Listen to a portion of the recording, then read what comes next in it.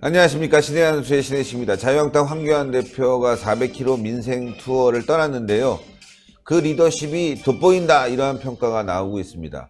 공무원 출신들이 대체적으로 몸을 사리고 조심스러워 하는데, 지금 황교안 대표 굉장히 과감하게 지금 말이죠, 정치 행보를 이어가고 있습니다. 이와 관련해서 김정기 교수님 모셨습니다. 안녕하십니까. 안녕하십니까. 황교안 대표 잘한다, 이런 칭찬들이 요즘 많습니다. 네, 그렇죠. 네. 잘 싸우시는 것 같아요. 네. 그러니까 본인이 이제 되게 공안검사 출신이잖아요. 네네. 이제 공안검사라는 직업이 결국은 처음부터 끝까지 전쟁에서 시작해서 전쟁으로 끝나는 거잖아요. 네. 그러니까 많이 단련돼 있는 거고요. 그런데 저도 참 많이 놀랐습니다. 네. 도대체 황교안 리더십의 실체가 뭘까? 생각보다도 금방 말씀하셨듯이 공무원 출신들이 공무원 틱 하잖아요. 예. 평생 공무원을 했는데 네. 잘하고 있거든요. 그걸 되게 이제 우리 정치권에서는 야성이 있다 그러거든요. 야성이 있다. 예, 네. 기대 안 했잖아요. 예. 그런데 황교안 대표의 야성 폭발이 최초로 드러난 게 뭔가 하면은 지난번 당대표 경선할 때 예. 과감하게 당대표에 출마했잖아요. 예. 사실 그때 타이밍상으로 안 맞았거든요. 예. 정치 전문가 내지는 전략가 입장에서는 사실 너무 조기에 등극하는 거 아니냐라고 생각했을 정도로 아마 전략가였으면 판단을 말렸을 겁니다. 예. 그런데도 과감하게 출마를 해가지고 당선이 됐잖아요. 네. 그래서 그때 그것도 일종의 그 야성이라고 보여지고요. 네. 그리고 나서 이후 행보도 상당히 야성으로 가득 차 있습니다. 네, 그러니까요. 그 강화문 그 장애 집회도 지금 연 3회째 했나요? 네. 3회째 하면서 보수를 이 강화문에 총직결시키는 그런 노력도 하고, 네. 경부선하고 호남선 중요도시, 서울, 대전, 대구, 부산, 그 다음에 역으로 해서 강주, 전주, 서울, 경부선과 호남선 돌면서 강력시 역 광장에서 네. 또 연설을 했잖아요. 네. 하고 지금은 또 국토 대장정을 한다는 거 아닙니까? 그러니까요. 그렇죠. 민생, 투쟁, 대장정에 들어간 거 아닙니까? 그러니까 국민들과 함께 하겠다. 네. 그래서 이 국민들의 아픔이 뭔지 보고 그 아픔을 보듬어주고 치료해주겠다. 그 현장에 가겠다는 거 아닙니까? 그렇죠. 한 달이고 두 달이고. 네. 상당히 잘하고 있는 거죠. 야당 대표로서 상당히 잘하고 있습니다. 네. 그런데 뭐 처음부터 끝까지 계속 보여주고 있는 게 야성이거든요. 네. 겉으로 드러나는 얼굴 표정하고는 완전히 다르잖아요. 네. 그런데 이제 그 평화 속에 잠재되어 있는 그 야성의 실체가 뭘까 하고 저도 좀 한번 생각을 해봤습니다. 예. 그 말씀해 그러니까 주세요. 네. 야성의 리더십이라고 할까. 예. 이게 좀 고상한 말로 이야기하면은 조선을 개국했던 1등 공신 정도전이 예. 농촌적 야성을 가지고 있다고 그랬거든요. 농촌적 야성. 농촌은 광야잖아요. 예. 광야에서 내어 던져진 존재로서 나홀로 그 엄청난 이 도전에 응전해 나가면서 배양되는 연단, 내공을 이야기하는 겁니다. 네. 황교안은 그런 게 있을까요? 법조인 스타일, 예. 네. 얌전하고. 모범생, 예. 모범공무원. 예. 전혀 그런 거 안 잘하는 보이죠. 사람. 예. 완벽주의자. 예. 뭐 그런 인상인데 네. 제가 분석을 해보니까 어린 시절에 부모님이 이북에서 오신 분들이잖아요. 예. 이북에서 내려와가지고 한국에서 소수자로서 살아간다는 것은 상당히 힘든 거거든요. 그렇죠. 얼마나 그 태어날 때부터 이후 초등학교, 중학교, 고등학교 시절이 힘들었겠습니까? 예. 그렇죠. 네. 그래서 그때 소수자로서의 수름도 많았을 거고, 그래서 이것이 이제 그 황교안 대표를 연단시키는 계기가, 1차적인 계기가 됐다고 보고요. 예. 또 두 번째 계기는 고등학교 때 이 명문 경기고등학교를 들어갔잖아요. 그때 경기고등학교는 서울대학보다 좋다고 그랬잖아요. 그렇죠. 그 정도로 경기고등학교 들어가기 어려웠거든요. 그러면은 경기고등학교 다닐 때 이제 고등학교 때 그 연대장이라고 그러잖아요. 연대장을 한다는 건 리더십이 있다는 건데 네. 근데 공부도 좀 해야 되거든요. 그렇죠, 그렇죠. 공부를 최소한 중상위권에 해야 된다는 거 아닙니까? 그러면 720명 중에 중상위권이면은 잘하는 거 아니겠어요? 네. 그때 경기고등학교에서 서울대학 뭐 300~400명씩 집어넣을 텐데, 그런데 이상하게 서울대학교 법대에 2번씩이나 떨어졌잖아요. 네. 그러니까 시험 운이 없는 거예요. 그래서 어쩔 수 없이 주저 하다가 성균관대학교로 진학을 하게 되는데, 네. 그러니까 여기서 어떻게 보면은 그 경기고등학교 출신, 잘 나가는 경기고등학교 출신 슈퍼 엘리트로서의 자존심에 좌절을 겪은 거예요. 유소년 시절에 아니면은 청년기의 좌절은 평생 갑니다. 네. 이것이 나중에 성인이 됐을 때 네. 정신세계를 지배해요. 아, 그렇겠죠. 강건하게 만드는 거죠. 네. 그러니까 시진핑 리더십을 흔히들 이야기하잖아요. 네. 시진핑 리더십을 토굴 리더십이라고 그러거든요. 어. 연안의 그 원시적인 아프리카 수준의 토굴 생활을 사실 중3부터 대학교 상급학년 시기까지 오랜 기간에 걸쳐서 네. 토굴 생활을 하면서 나홀로 투쟁의 역사를 기록하면서 연단의 역사를 썼고, 그것이 결국 오늘날 황제 리더십으로 발전이 된 거잖아요. 네. 마찬가지로 한교안 대표의 그 리더십, 유청소년기, 청년기에 형성됐던 도전에 응전하는 과정, 좌절을 극복해 나가는 과정에서 탄탄하게 이 기반이 다져진 거죠. 네. 연단이 된 거죠. 그래서 형성된 정도전과 같은 농촌적 야성이 있는 게 아닌가 하는 그런 생각을 합니다. 예, 어려운 시절을 겪고 정말 산전수전 공중전을 겪었던 그런 경험들이 지금 나오고 있다. 그렇죠. 공부만 한 게 아니다. 뭐 사진 보니까 말이야 물지개를 지고 다니는 게 예. 대학 시절까지 물지개를 대학 쳤더라고요. 시절까지요. 예, 그러다 예. 보니 뭐 수도가 없었다는 거 아니겠습니까? 어려운 삶을 살면서 도전 정신, 네. 그 힘든 삶 속에서 배웠던 삶의 지혜 이런 것들이 지금 정치하면서 녹아들고 있는 것 같습니다. 그렇죠. 네. 그래서 저는 한교안 리더십이 점차 발전을 해서 현재까지는 잘하고 있잖아요. 네. 계속 순항을 해야 된다고 생각하고, 그것이 결국은 내년 총선에서 입증이 되잖아요. 내년 총선에서 우리가 개헌저지선이 이제 그 3분의 2잖아요. 그렇죠? 네. 예. 그래서 개헌저지선을 확보할 수 있는 국회의석을 21대 총선에서 이기지 못하면은 사실은 미래가 없는 거예요. 그렇죠. 그러니까 대선도 대선이지만은 일단 대선은 장기적인 전략으로 마음을 비우고 단기 전략인 총선에서 우리 자유한국당이 성공할 수 있는 전략으로 가야 됩니다.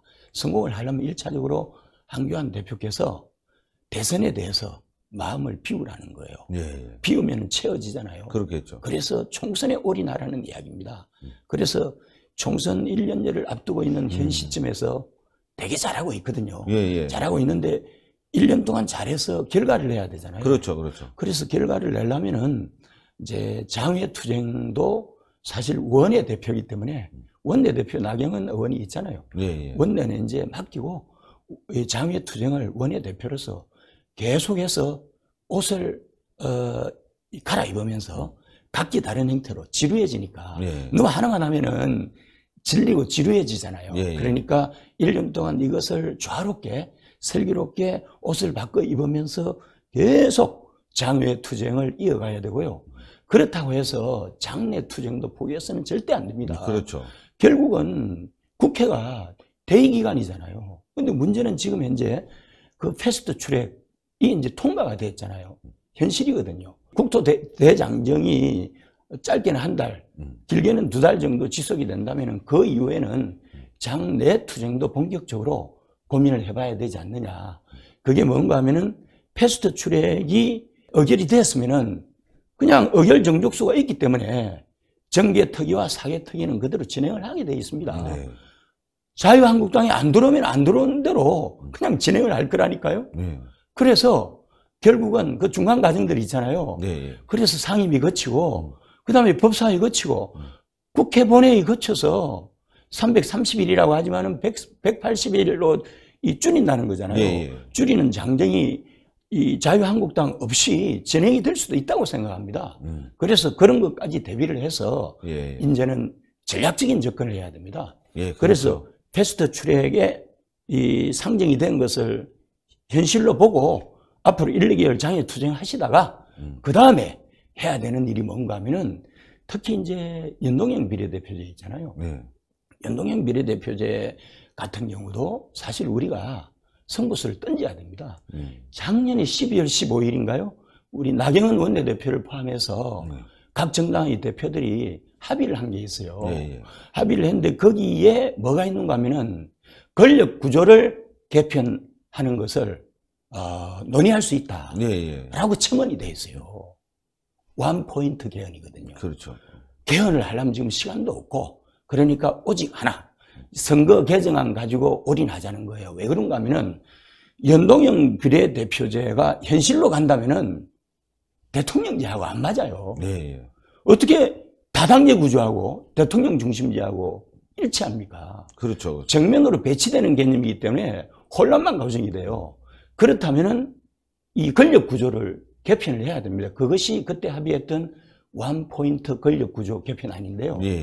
옛날에 이제 나경원 의원이 제안을 했던 거고, 그래서 우리 당에서 다시 한번 원포인트 개헌안을 여당에서 받아들이면 우리가 연동형 비례대표제 논의에 참여할 수 있다.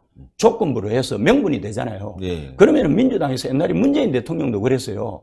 만일에 원포인트 개헌안을 받아들일 수 있다. 연동형 비례대표제를 받아들인다면은 원포인트 개헌안을 수용할 수 있다고 문 대통령도 이야기를 했기 때문에 그래서 우리가 얻을 수 있는 실리를 추구해야 되잖아요. 그래서 연동형 비례대표제가 만일에 현실화되는 것을 전제로 한다면 부결이 안 되고 의결이 될 가능성이 많다는 것도 전제를 해야 되잖아요. 긍력 제지를 하겠지만은 그랬을 때 대안을 제시해야 되잖아요. 그것이 원포인트 개헌안인데 권력 구조를 개편하자. 대통령제를 이 분권적 대통령제로 바꾸자. 그게 뭔가 하면은 대통령과 국무총리의 권력을 분점시키는 거예요. 그래서 국회 다수당이 국무총리를 뽑는 거예요. 그래서 국무총리가 내치에 대한 그 임명권을 가지고 있는 것은 아니지만은 실제로 지명권을 가지게 하고 내치라는 게 뭐 외치 빼놓고 외교, 안보, 국방 빼놓고는 다 내치잖아요. 그렇죠. 그래서 내치는 다치기 쉬워요. 그래서 다치기 쉬운 거 내각의 다수를 국무총리가 이끌어 나가고 그래서 지명권을 가지고 그래서 대통령은 그냥 그것을 존중해서 임명을 해주면 되고 그 다음에 대통령은 외치, 국방부, 외교부 또 이제 국정원은 직속이잖아요. 감사원 등등 앞으로 만일에 공수처가 가결이 된다면은 공수처가 설치가 된다고 한다면은 공수처를 예를 들면은 대통령 직속으로 해버리면 돼요. 그럴 경우 그러면은 국무총리가 예를 들어서 이 법무부를 장악하고 있잖아요. 그렇죠. 행안부를 장악하고 있잖아요. 그래서 검경을 장악하고 있기 때문에 이거를 통제해야 되잖아요. 국정원만 가지고는 통제가 안 되기 때문에 공수처를 그럴 경우는 청와대 직속으로 해버리면은 국정원과 공수처를 통해서 대통령이 국무총리의 내치를 통제할 수 있고 또 국무총리는 내치 파워를 이용해서 일정 부분 또 대통령을 견제할 수 있고 그래서 권력이 분점이 돼야 됩니다. 지금 현행 제도 하에서는 이 1993년 이후에 지금까지 우리나라 대통령이 제대로 된 대통령이 있었어요? 전부 다 유능했기 때문에 국민들이 뽑았잖아요. 그런데 결국은 다 감옥을 갔잖아요. 거기다가. 그리고 제대로 된 영웅이 단 한 명도 없습니다. 이것이 왠지 아세요? 제도적인 문제 때문에 그렇습니다. 그러면은 이 제도를 고쳐야 되는 거죠. 그래서 제 생각에는 연동형 비례대표제를 받는 걸로 해서 만일 등원을 안 할 수는 없잖아요. 계속 국정을 내팽개칠 수는 없거든요. 끝까지 장애해서 버티다가 명분을 만들어주면 그 명분을 해서 들어가서 연동형 비례대표제도 내부적으로 들어가면은 개선해야 될 부분이 많습니다. 목소리 내서 세부적으로 해서 우리의 의견을 반영을 시키고 적극적으로 해야 됩니다. 그 다음에 원포인트 개헌안도 조건부로 해서 들어갔지만은 관철을 시켜야 됩니다. 그렇게 하기 위해서는 연동형 비례대표제를 논의하고 원포인트 개헌안을 논의하는 이 정개특위 있잖아요. 정개특위 위원들을 선수들 중에 선수로 재배치해야 되고요. 그 다음에 이제 사개특위 있죠. 공수처 설치하는 거, 검경수사권 조정하는 건도 마찬가지로 싸움꾼이 들어가야 돼요. 그냥 무식하게 싸우는 게 아니고 스마트하게 전략적 마인드를 가지고서 상대방을 제압할 수 있는 그런 이 전략가들이 들어가 가지고 정계특위와 사개특위에서 목소리를 내 가지고 우리 안이 많이 가능한 한 반영되도록 그렇게 나가야 된다니까요. 예, 좋은 의견입니다. 물론 뭐 실행 가능성에 대해서는 여러 가지 뭐 의견이 분분하겠지만 자유한국당도 안을 갖고 싸워야 된다는 거, 이거 뭐 굉장히 중요한 말씀 같습니다. 그리고 마지막으로 딱 한 가지가 있습니다. 황교안 대표께서 그렇게 하시다가 총선 정국이 오잖아요. 예.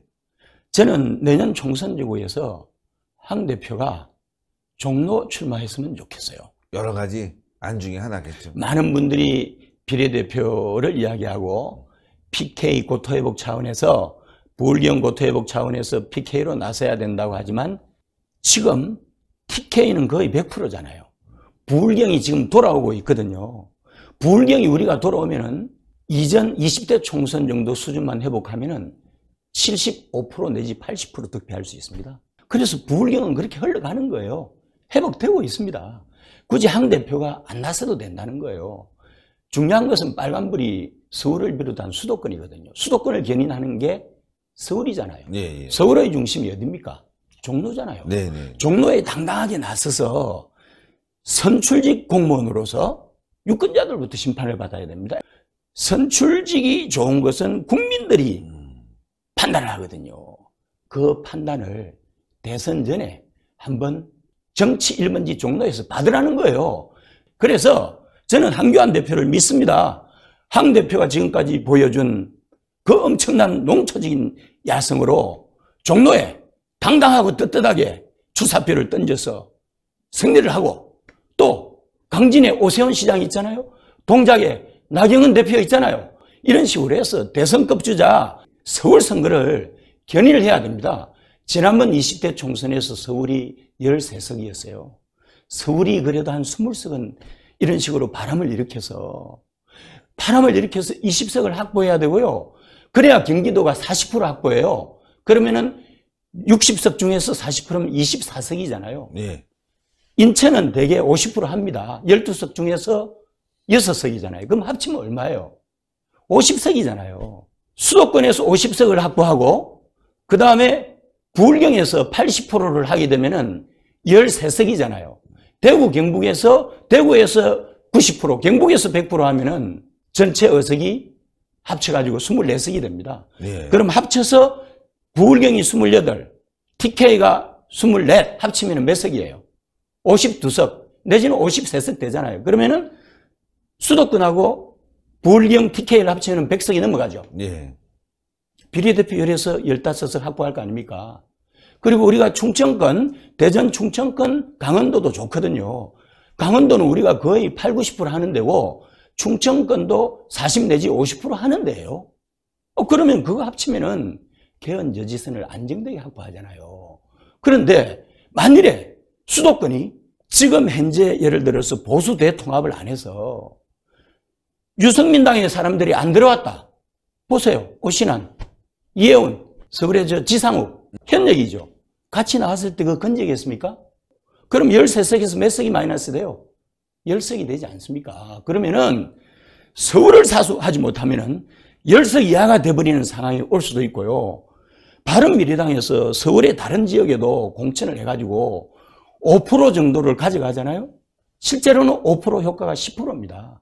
그러면은 9석도 개런티가 안 돼요. 이번에 강남구청장, 송파구청장 다 민주당이 먹었잖아요.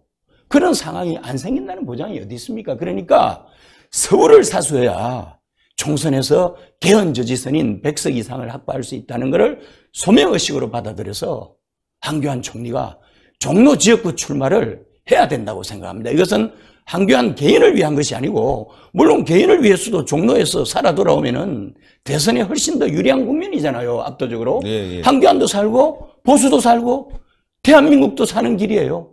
마음을 비우라는 겁니다. 예, 알겠습니다. 아이고, 대단히 감사합니다. 감사합니다.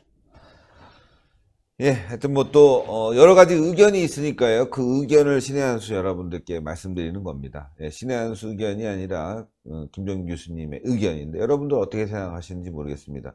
좋은 의견은 받아들이고 또 당에서 합리적인 의견이 나오면 또 그걸 따라가고 그럴 수 있는 거죠. 어쨌건 말이죠. 내년 총선이 그만큼 중요하고 여러 가지 전략이 있다는 걸 말씀드립니다. 자, 신의 한수 여러분들의 많은 구독 부탁드리겠습니다. 동그랗게 올라가는 구독 버튼 눌러주시고 추천 버튼, 댓글로 많은 성원 부탁드리겠습니다. 대단히 감사합니다. 감사합니다.